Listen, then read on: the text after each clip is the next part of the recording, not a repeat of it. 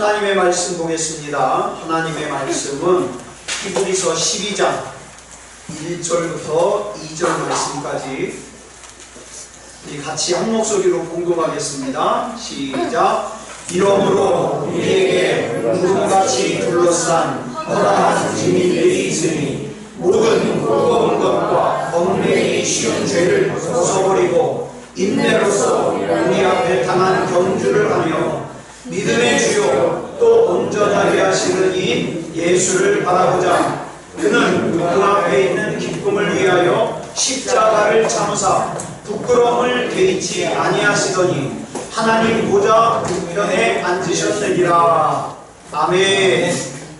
이 시간에 우리 성가대 찬양 읽겠습니다.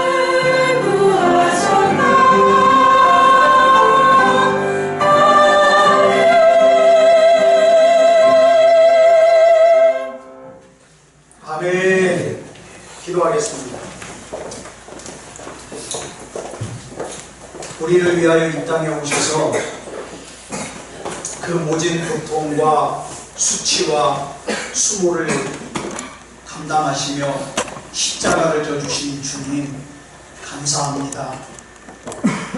그 때문에 우리가 살았고 하늘나라의 시민이 되었고 예배자가 되었습니다. 주님 앞에 설 때까지 이것 잃어버리지 말게 하시고 하나님 앞에서 잘 살게 주시옵소서. 이 시간에도 하나님의 음성 들려주시옵소서. 믿음으로 반응하게 하여 주시옵소서. 모든 것을 우리 주님 앞에 맡겨드리오며 그리스도 예수님의 이름으로 감사하며 기도드렸사옵나이다. 아멘. 우리 같이 인사 나누겠습니다. 잘 나오셨습니다. 은혜 받고 들어갑시다. 감기 조심하세요. 네, 날씨가 갑자기 추워져서 이제 감기 걸리기 쉽습니다. 웬만하면 조금이라도 조금 더 덥게 몸을 이렇게 관리하시면 좋겠습니다. 이 시간에는 히브리서 12장 1절로 2절 말씀 읽었습니다.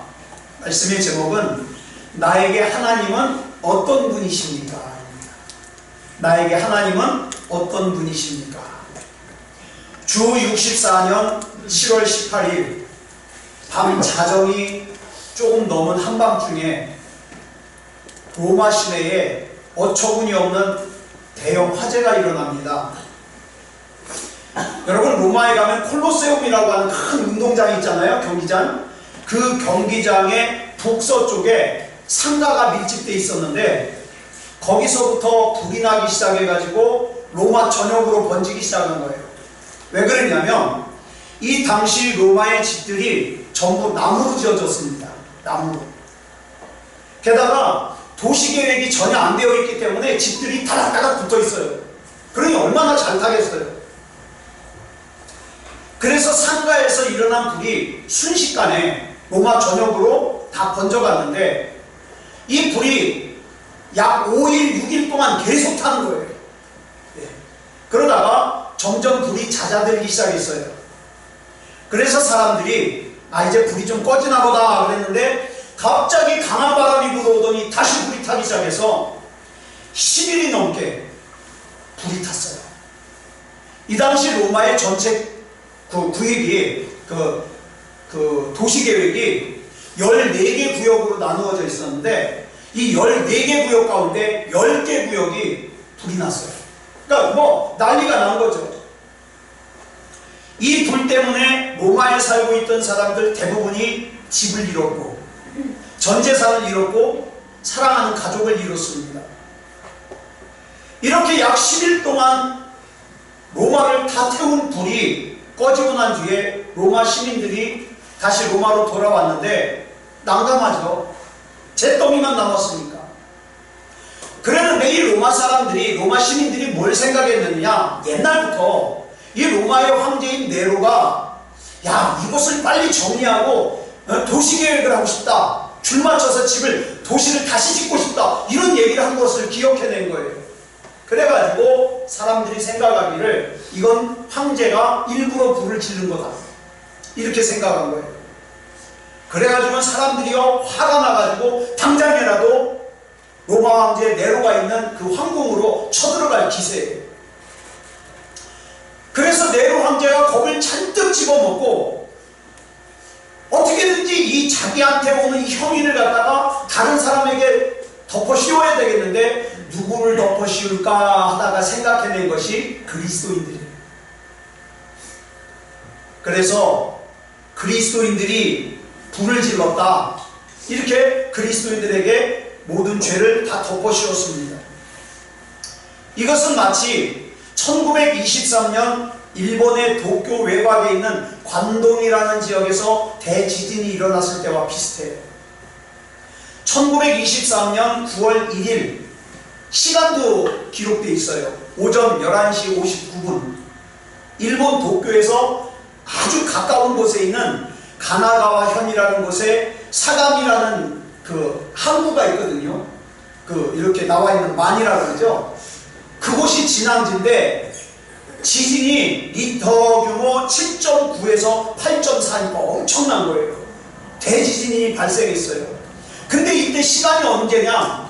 마침 점심 준비를 하려고 사람들이 불을 피워놨을 때, 그래가지고 지진 때문에 이 불이 막 넘어지고 막 그러면서 여기도 나무로 집이 지어졌거든요. 이 나무로 지어진 집들에 불이 붙어가지고 대화재가 일어났어요. 그래가지고 이 불 때문에 요코하마, 지바현, 가나가와현, 그 다음에 시즈오카현에서 약 10만 명에서 14만 명에 이르는 사람들이 죽었어요. 이 지진 때문에. 그 다음에 3만 7천 명이 실종이 됐어요. 11만 채의 집이 완전히 부서졌고 약 10만여 채의 집이 반 정도가 부서진 거예요. 이로 인해 가지고 일본의 민심이, 사회 질서가 아까 말씀드린 그 로마처럼 막 난리가 나게 된 거예요. 어딘가에 화풀이를 하고 싶은 거예요. 이럴 때 일본의 내무 대신인 미즈노 렌타로라는 사람이 그 일본의 신문 있죠. 아사히 신문하고 요미우리 신문에다가 뭐라고 기사를 냈느냐? 일본에 와 있는 조선인들과 중국인들이 불을 지르고 우물에다 독을 탔다. 이렇게 기사를 써서 내보낸 거예요. 이 날조된 기사에 흥분한 일본인들이 자경단이라는 것을 조직을 해가지고 일본에 있는 조선인들과 중국인들을 갖다가 막 무참히 죽이기 시작합니다. 눈에 보이기만 하면 막 죽이는 거예요. 심지어는 이런 일도 있어요. 우리 조선인들이 자기를 죽이려고 하는 사람들을 피해가지고 경찰서로 도망갔어요. 경찰서. 근데 경찰서에 도망간 사람을 밖으로 끌어내서 죽이는데 일본 경찰들은 구경만 하는 거죠. 이렇게 해서 죽은 조선인의 수가 그 당시 독립신문 특파원이 가서 조사를 했는데 6,661명.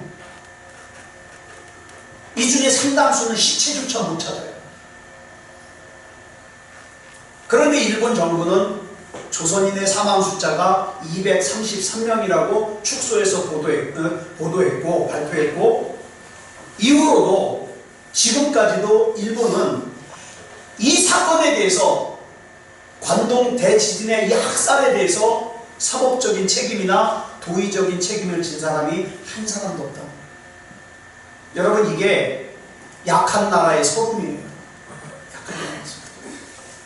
그러니까 여러분, 정신 바짝 차려야 돼요. 정신 바짝 차려야 돼요. 이와 마찬가지로 로마의 네로 황제도 로마에 있던 그리스도인들에게 방화범의 누명을 갖다가 씌워가지고 로마 사람들의 그 불만의 방향을 자기에게서 어디로 돌린 거예요? 그리스도인들에게. 그래서 한순간에 로마 대화제의 방화범이 누가 됐어요? 그리스도인들이 됐어요. 그래가지고 막 성난 로마 사람들이 분풀이를 위해서 그리스도인들을 마구 잡아 죽이는 거예요.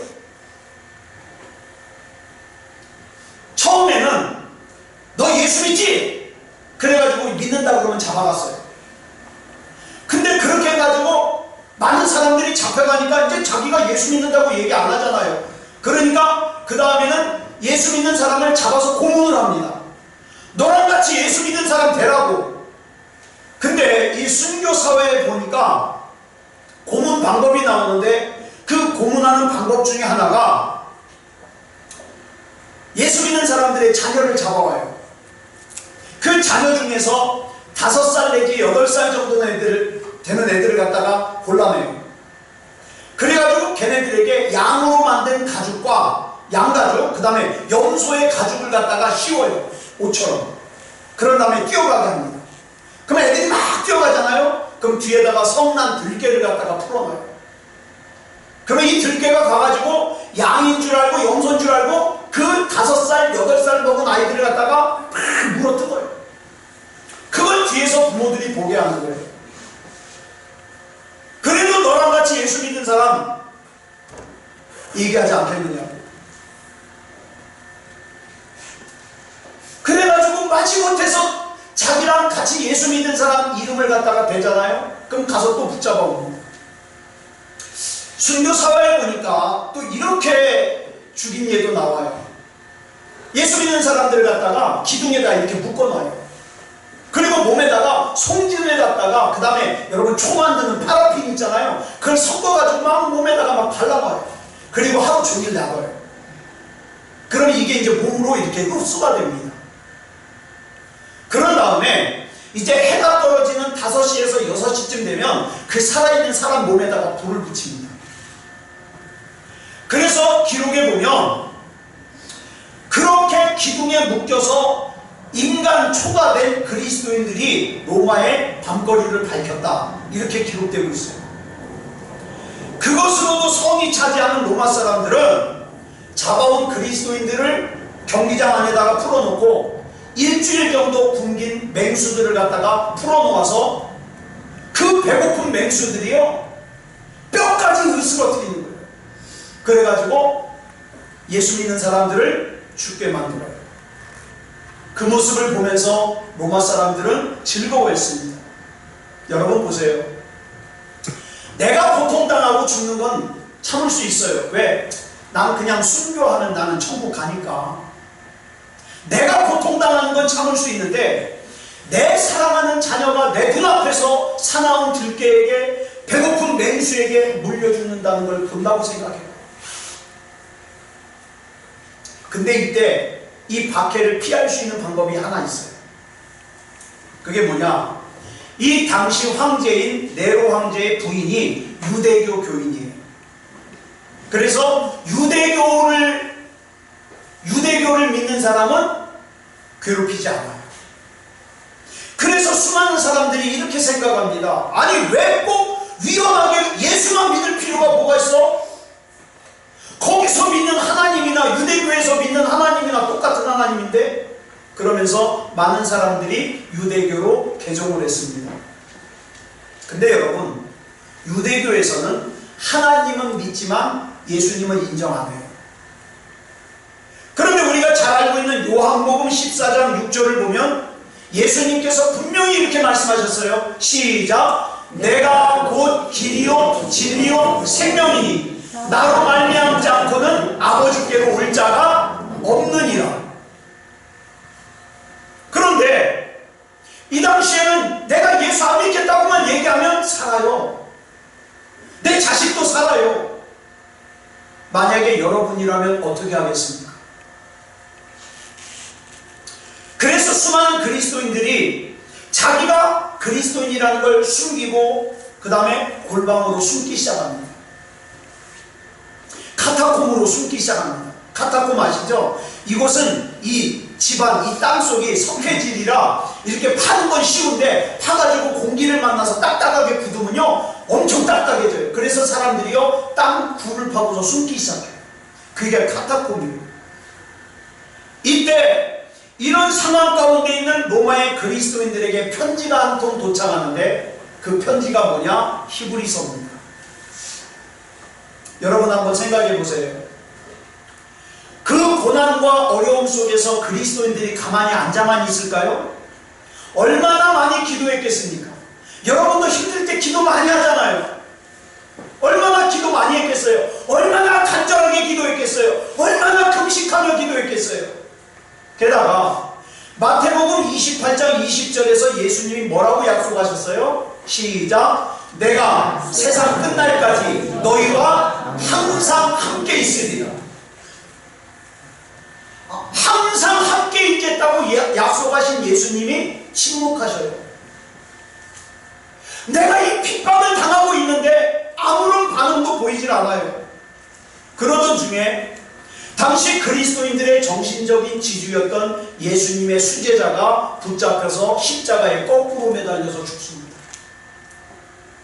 여러분 잘 알고 있는 사도 바울 선생님이 로마로 압송돼가지고 목이 잘려 죽습니다.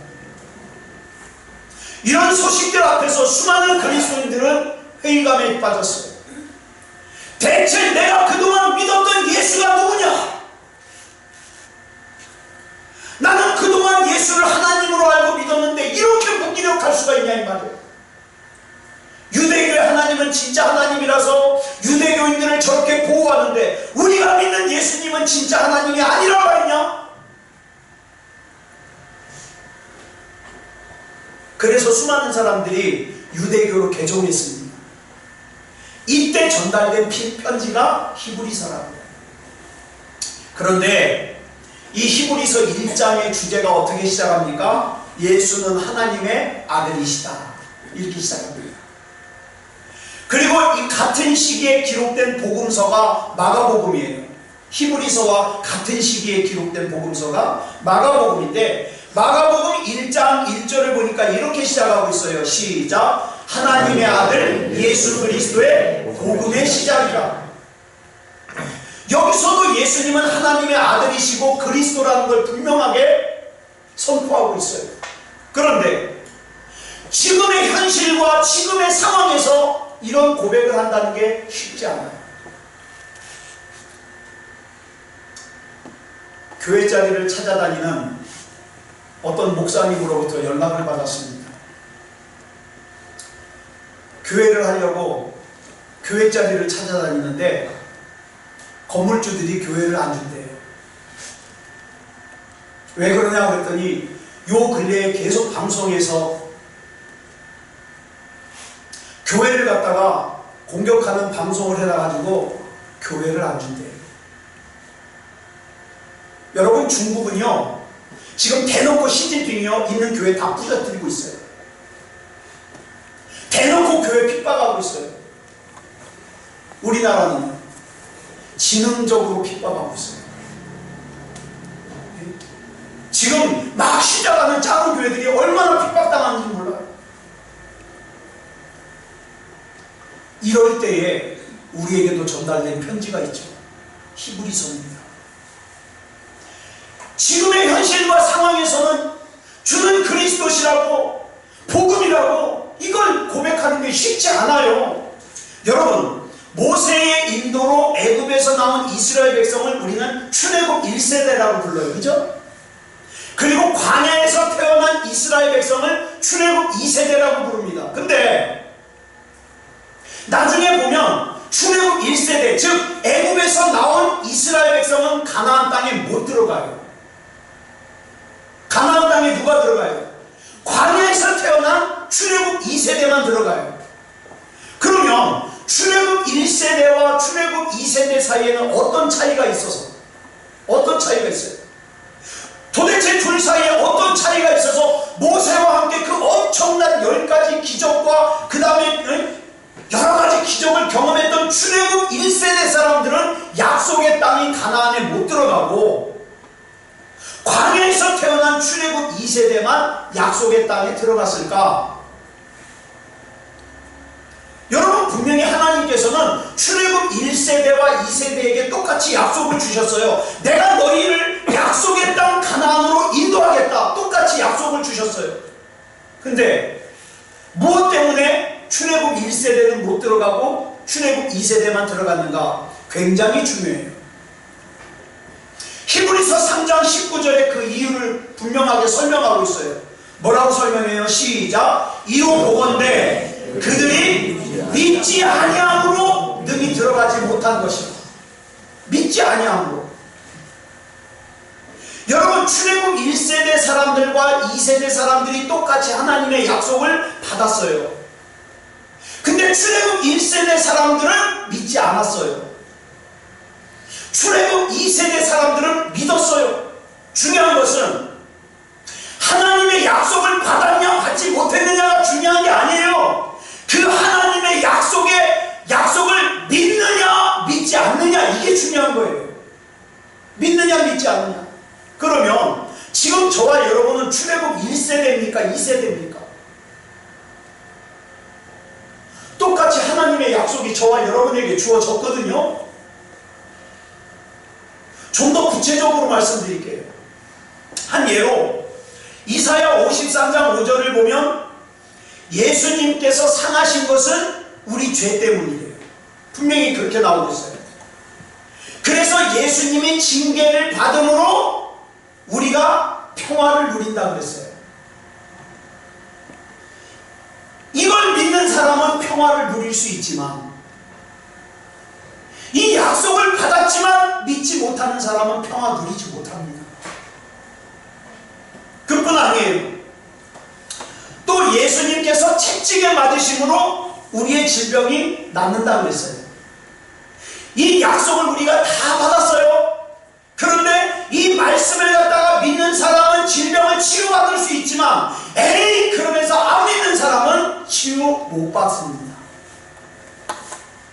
그래서 약속은 다 받았지만 응답되는 사람이 있고 응답 못 되는 사람이 있는 거예요. 이외에도 여러분 성경 읽어보시면 하나님의 약속들이 많습니다.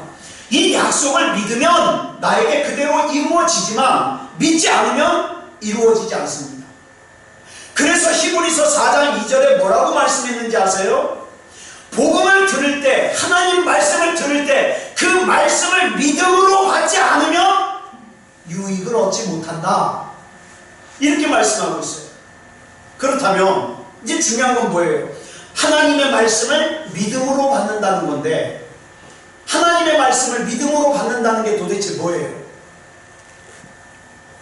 마태복음 13장에 보면 밭에 감추어진 보물을 발견한 농부가 집으로 돌아가서 자기의 모든 소유를 팔아 그 밭을 샀어요. 사야지가 아니에요. 샀어요.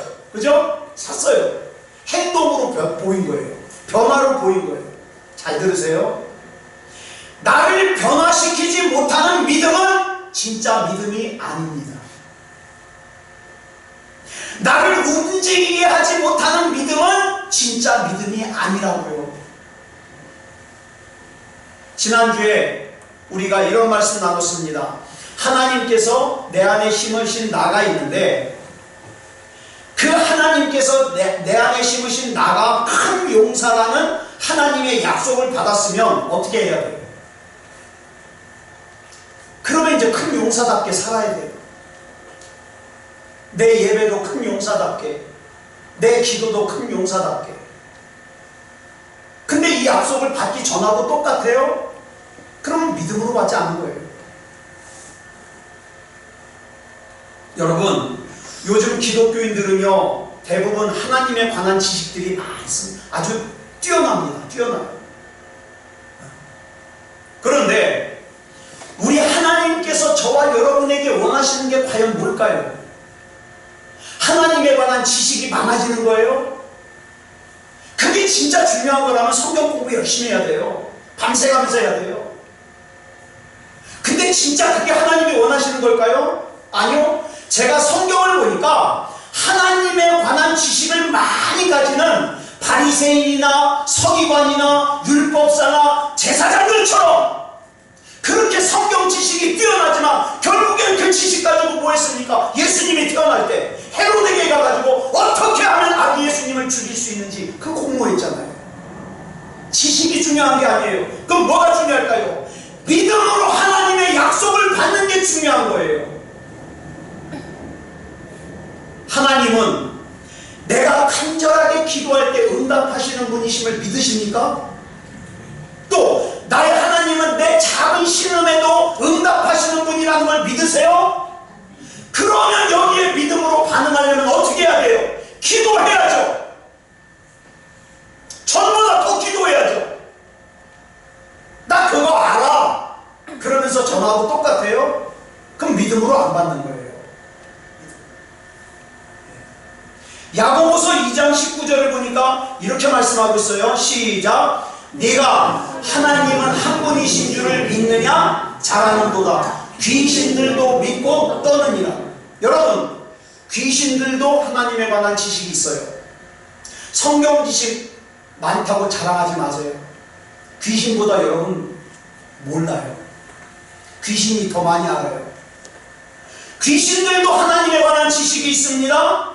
귀신들도 하나님의 한 분이신 줄을 알고 귀신들도 하나님을 너무나도 잘 알기 때문에 어떻게 해요? 떨어요.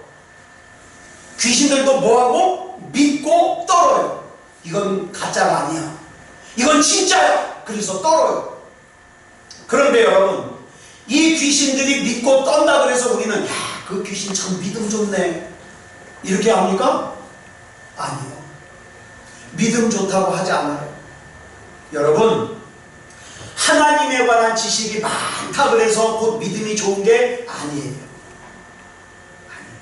중요한 것은 내가 얼마나 많이 알고 있느냐가 중요한 것이 아니라 내가 그 진리를 어떻게 잡고 있느냐, 내가 그 하나님의 약속에 어떻게 반응하고 있느냐, 이게 중요한 거예요. 예를 들어 볼게요. 저와 여러분 수입 지출이 있죠. 한 달 수입 지출이 있어요. 한 달 동안 살 이제 계획을 세웁니다. 근데 수입이 너무 부족해가지고 지출을 줄여야 될 상황이에요. 어떤 지출부터 줄이시겠습니까? 어떤 지출부터? 당연히 덜 중요한 것부터 줄이겠죠. 근데 이 덜 중요한 순서에 내가 나중에 돈 많이 벌면 헌금하지 뭐 그러면서 헌금을 줄여버렸어요. 그러면 뭐가 되는 거예요? 내가 아무리 변명해도 헌금은 나에게 그 정도 가치밖에 안 되는 거예요. 그죠? 신앙생활도 마찬가지예요. 여러분이 어떤 문제가 생겼어요. 어떤 어려움이 생겼어요. 그러면 뭐합니까? 덜 중요한 순서대로 어떻게 잘라내요? 정리합니다. 만약 내가 너무 바빠서 예배 드릴 시간이 없다면 그 사람에게는 예배가 그 정도 가치밖에 안 되는 거예요.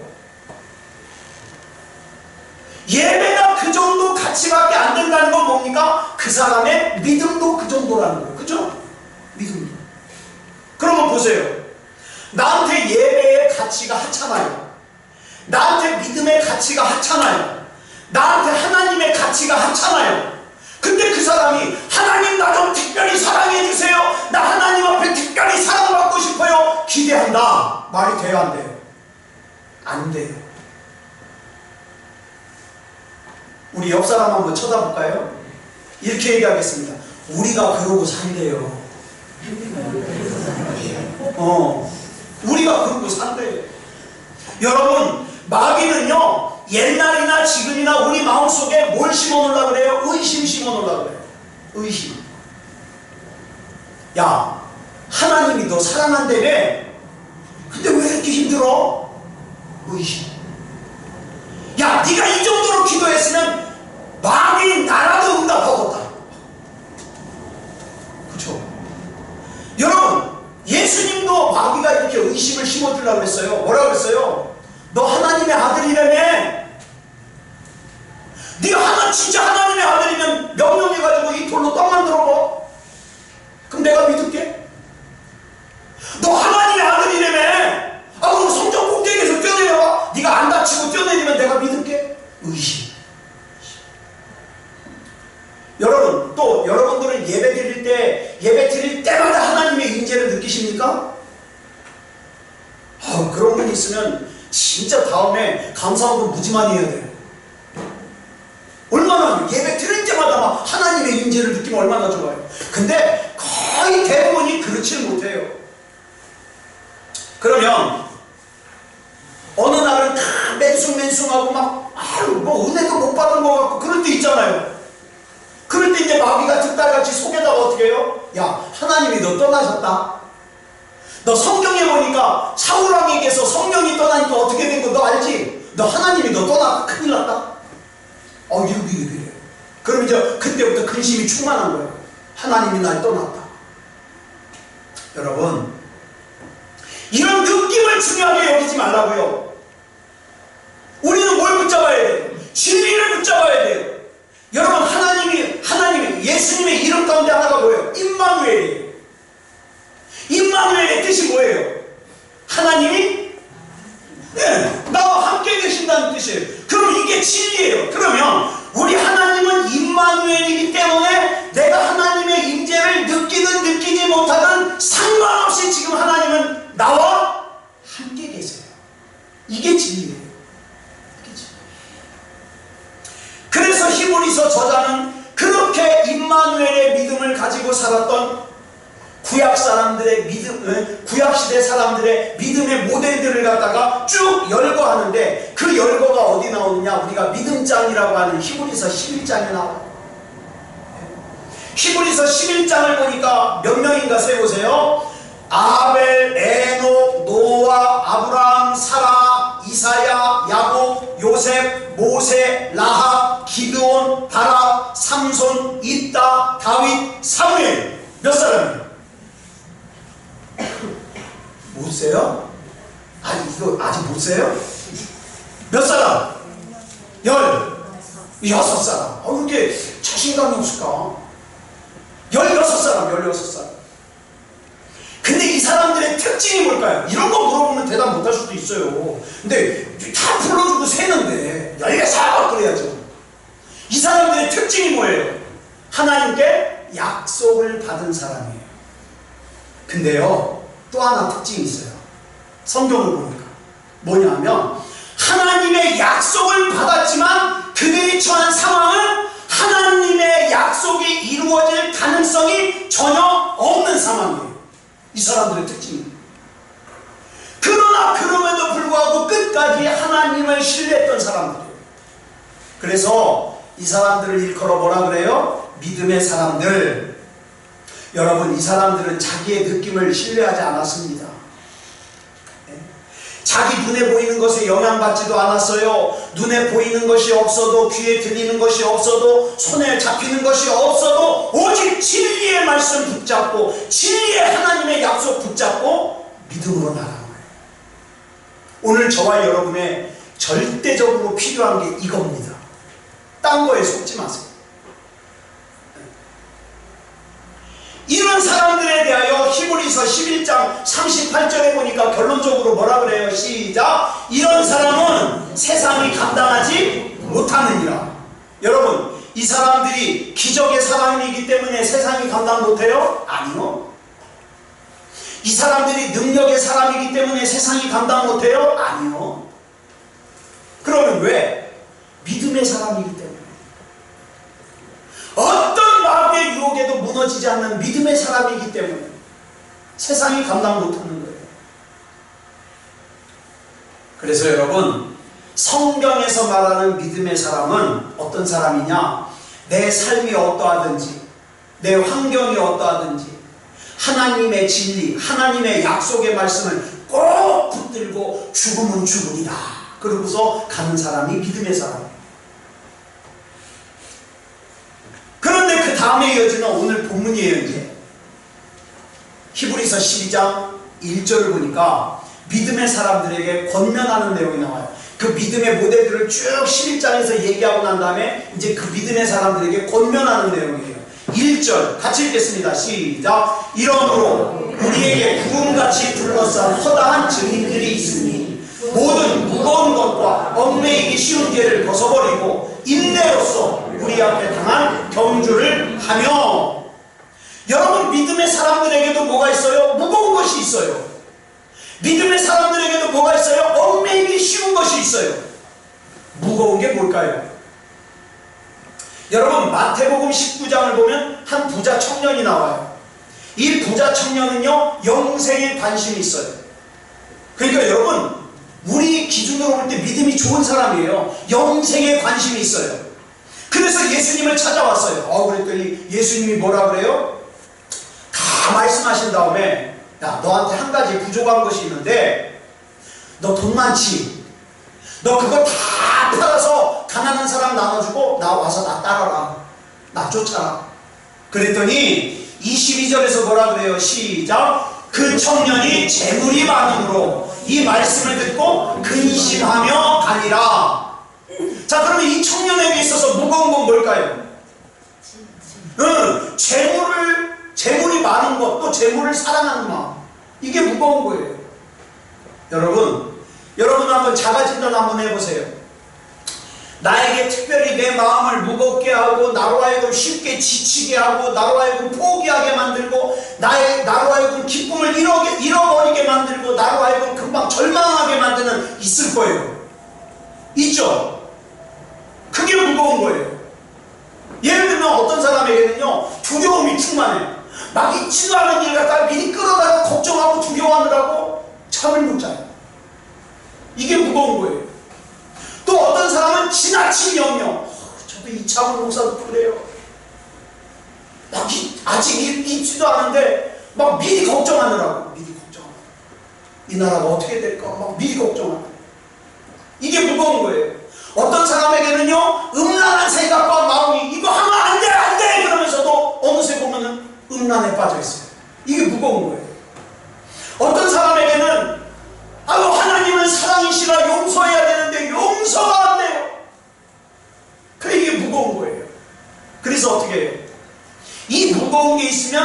믿음의 경주를 할 수 없어요. 믿음의 경주. 또 얽매이기 쉬운 죄를 벗어버리라 그랬어요. 얽매이기 쉬운 죄는 뭘까요? 우리로 하여금 쉽게 함정에 빠지게 하는 게 있어요. 함정. 특별히 약한 부분이 있다고요. 지난번에 말씀드렸잖아요. 특별히 약한 부분. 어떤 사람은요 정말 믿음이 좋은데 돈이 더 좋아. 돈 문제 때문에 시험에 항상 들어. 이거예요. 얽매이기 쉬운 죄. 어떤 사람은요 정말 육체의 본능을 못 이겨가지고 말이죠. 죄죠. 이게 얽매이기 쉬운 죄예요. 자, 그러면 이런 무거운 것과 얽매이기 쉬운 죄는 우리로 하여금 함정에 빠지게 만들고 믿음의 경주를 끝까지 할 수 없게 만드는데, 그러면 어떻게 할까요? 본문 2절 보겠습니다. 시작. 믿음의 주요 또 온전하게 하시는 이 예수를 바라보자. 그는 그 앞에 있는 기쁨을 위하여 십자가를 참으사 부끄러움을 개의치 아니하시더니 하나님 보좌 우편에 앉으셨느니라. 여러분, 이 아주 중요한 단어예요. 믿음의 주. 그러니까 우리는 믿음의 주 그러니까 뭐라고 생각하기 쉬우냐? 믿음의 주인 뭐 이렇게 생각하기 쉬운데, 잘 들으세요. 여기 주라고 번역된 헬라어가 아르케고스예요. 아르케고스. 근데 이 아르케고스라는 단어가 무슨 의미냐? 책 쓴 사람을 뭐라 그래요? 저자라 그러죠. 글쓰니, 저자. 이 저자라는 뜻이 있고요, 창시자라는 뜻이 있어요. 잘 들으세요. 중요한 거니까. 그러니까 여러분, 이 믿음의 주의 이 주를 갖다가 저자라고 생각을 해보세요. 그러면 뭐예요? 믿음의 주요, 믿음의 저자요. 지금 나의 믿음을 기록하고 있는 저자가 있다 이 말이에요. 그게 누구예요? 예수님. 다시 말해서 지금 내 삶에서 일어나고 있는 수많은 일들이 우연히 일어나는 일이 아니라 누군가의 기록대로 지금 이루어지고 있다는 거예요. 이 기록을 누가 하고 있다고요? 예수님. 그럼 우리 이렇게 기도할 수 있어요. 예수님, 내가 그때 얼마나 힘들었는지 아세요? 그때 예수님은 다른 사람에게만 관심이 있고 나한테는 관심도 없고,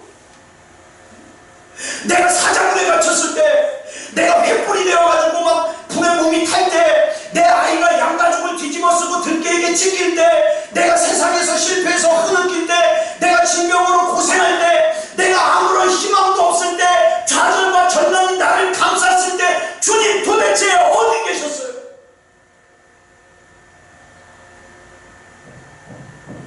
저는 그 기도 했어요. 생각할수록 죄송하고 부끄럽고,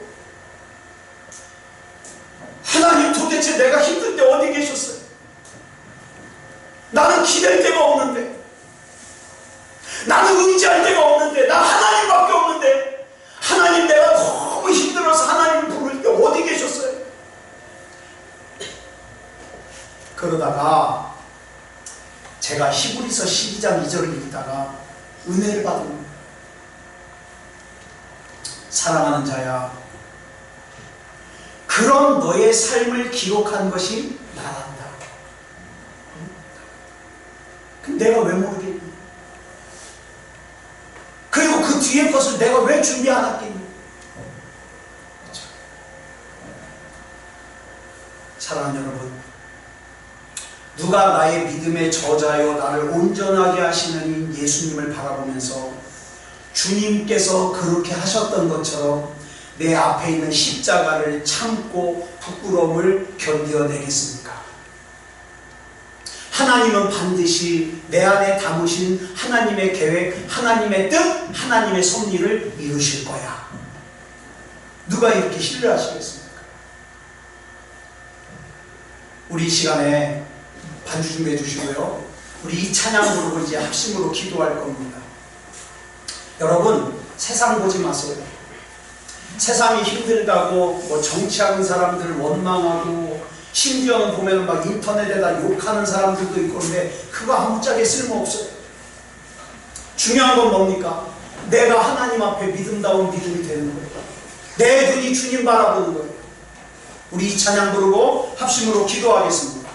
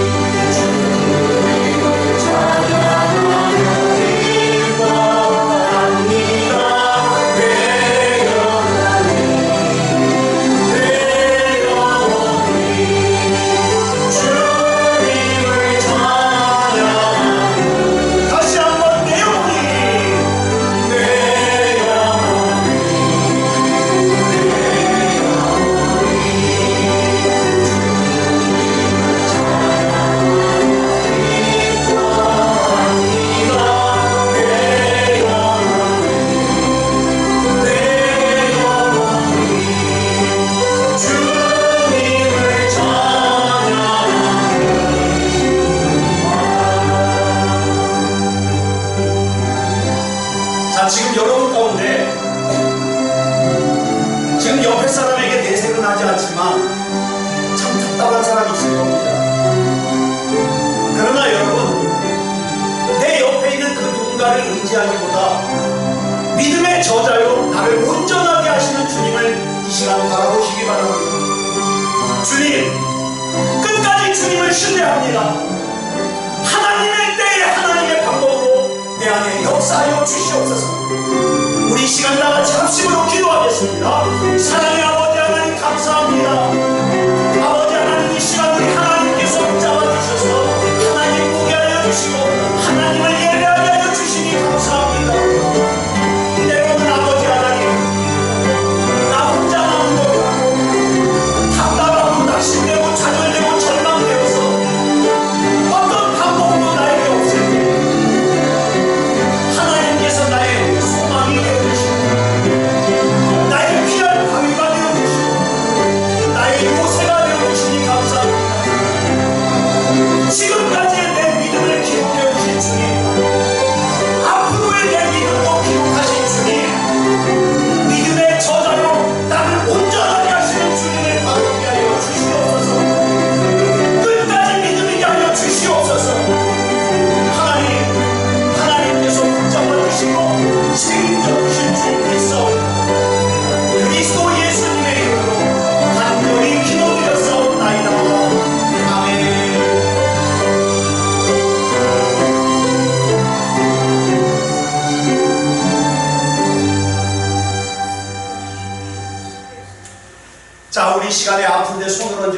기도하겠습니다. 우리 예수님께서는 우리의 질병을 치유하시기 위해서 채찍에 맞으셨습니다. 이것을 믿으면 그대로 이루어지는 출애굽 2세대예요. 이것을 믿지 않으면 응답을 받을 수 없는 출애굽 1세대입니다. 다 같이 기도하겠습니다. 사랑의 아버지 하나님, 감사합니다. 하나님께서 우리 안에 하나님의 능력을 담아주시고 그 능력을 예수 그리스도 이름 안에 담아주셔서 예수 그리스도 이름으로 명령하고 선포하면 하나님의 능력이 나타날 줄 믿습니다. 또한 예수님께서 우리의 질병을 치유하시기 위해 채찍에 맞으셨음을 믿습니다. 하나님 고쳐주시옵소서. 나사렛 예수 그리스도 이름으로 명하노니 우리를 고통스럽게 만들고 또 아프게 만들고 연약하게 만드는 질병은 떠나갈지어다. 떠나갈지어다. 아픔도 떠나갈지어다. 두려움도 떠나갈지어다. 염려도 떠나갈지어다. 우리 하나님께서 주시는 평안이 임할지어다. 우리 하나님께서 붙잡아 주실 줄 믿사오니 그리스도 예수님의 이름으로 간절히 기도드렸사옵나이다. 아멘. 지금은 우리 주 예수 그리스도의 크신 은혜와 성부 하나님의 극진하신 사랑하심과 성령 하나님의 감화감동 충만하심과 역사하심과 인도하심과 보호하심이 오늘 거룩한 주일 주님 앞에 나와 영과 진리로 예배드리는 사랑하는 성도들과 가정과 이웃에게 이제부터 영원토록 함께하여 주시사 하나님께서 우리의 믿음을 아름답게 건강하게 써주시고 하나님이 써주신 대로 이루어져서 하나님께는 영광이요 우리에게는 은혜와 능력이 따르는 그런 삶이 되게 해주시기를 그리스도 예수님의 이름으로 간절히 축원하옵나이다. 아멘.